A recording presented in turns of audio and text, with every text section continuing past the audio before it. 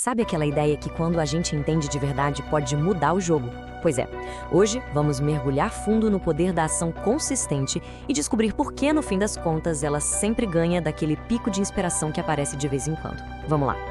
Essa pergunta é clássica, né? Todo mundo já passou por isso.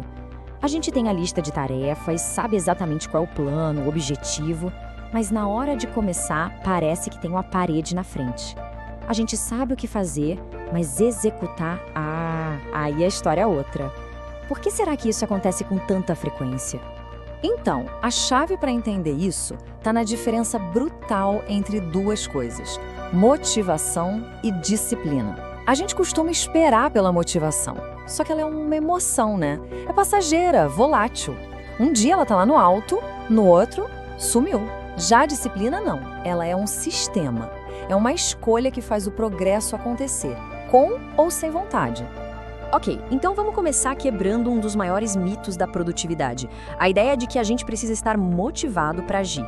Vamos entender por que apostar todas as fichas na motivação é uma furada, especialmente quando se pensa a longo prazo. A definição formal de motivação é essa aí, uma força interna que nos leva à ação. Só que o pulo do gato está na segunda parte. Essa força é super variável. Ela depende de 1 milhão de coisas. Do humor, do clima, se dormimos bem, se o café estava bom. Ou seja, ela é instável por natureza. E é por isso que ela falha. Pensa bem, a motivação é um sentimento. E sentimentos mudam. O cansaço bate, o desânimo chega, acontece um imprevisto e pronto. Cadê a motivação? Foi embora. O resultado disso é sempre um progresso que parece uma montanha russa. Sobe e desce, mas raramente chega no destino final de forma linear. E essa frase, olha, resume tudo perfeitamente. Ficar esperando a vontade de fazer aparecer é a receita para o fracasso. É como esperar um dia de sol perfeito, sem nenhuma nuvem para começar um projeto. Se a gente fica nessa, o risco de nunca sair do lugar é enorme. A ação não pode ser refém do nosso humor. Certo, então se a motivação não é a resposta, qual é? A solução é construir uma coisa muito mais sólida, muito mais confiável, um verdadeiro motor de disciplina. Um sistema que continua funcionando a todo vapor, mesmo naqueles dias em que a motivação nem deu as caras. E aqui está o segredo.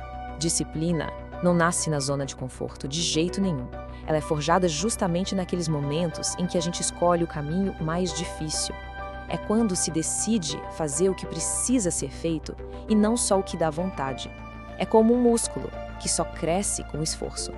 No fim das contas, disciplina é basicamente isso. A capacidade de agir apesar dos sentimentos. É uma escolha consciente. É entender que a ação comanda o sentimento e não o contrário. Enquanto a motivação é reativa, a disciplina é proativa. E essa é a grande virada de chave. Tá bom, mas como se constrói esse motor na vida real? Com base nas ideias do livro O Poder da Ação, existe uma estrutura bem direta com 3 passos bem práticos para a gente transformar a intenção em resultado de verdade. A estrutura é simples. Primeiro passo, acordar, que é sobre saber para onde se está indo. O segundo, assumir a responsabilidade, que é uma mudança de mentalidade fundamental. E o terceiro, claro, agir e focar, que é a parte da execução, de fazer acontecer. Vamos olhar cada um deles de perto. O primeiro passo, acordar, é sobre ter clareza. Muita gente só resolve mudar de vida depois que leva um baque, uma crise. A ideia aqui é ser proativo. É definir com toda a clareza do mundo que vida se quer construir. Porque sem um destino claro, qualquer caminho serve e as ações ficam sem propósito. Agora, o segundo passo. Esse aqui pode ser um dos mais duros, mas também é o mais libertador de todos. Assumir a responsabilidade. É entender que a vida que se leva hoje é resultado direto das próprias escolhas, sejam elas conscientes ou não. É parar de apontar dedos para fora e perceber que o poder da mudança está dentro. E isso nos joga direto para o coração de tudo, que é o terceiro passo e que está perfeitamente resumido nessa frase da capa do livro. Tem poder quem age. De nada adianta assumir a responsabilidade se ela não for seguida de ação imediata. É a ação que materializa a mudança. E por fim, agir e focar. É aqui que a mágica acontece. É a execução pura. É um movimento que quebra a inércia e nos tira da zona de conforto. E tão importante quanto agir é focar. Isso significa aprender a dizer não para um monte de coisas, para todas aquelas distrações que nos puxam para longe do nosso caminho. Bom, com a teoria toda na mesa, o que realmente importa é a prática, certo? Afinal, disciplina se constrói no campo de batalha, com a primeira ação. Então, qual pode ser o primeiro passo, hoje, agora, para começar a ligar esse motor?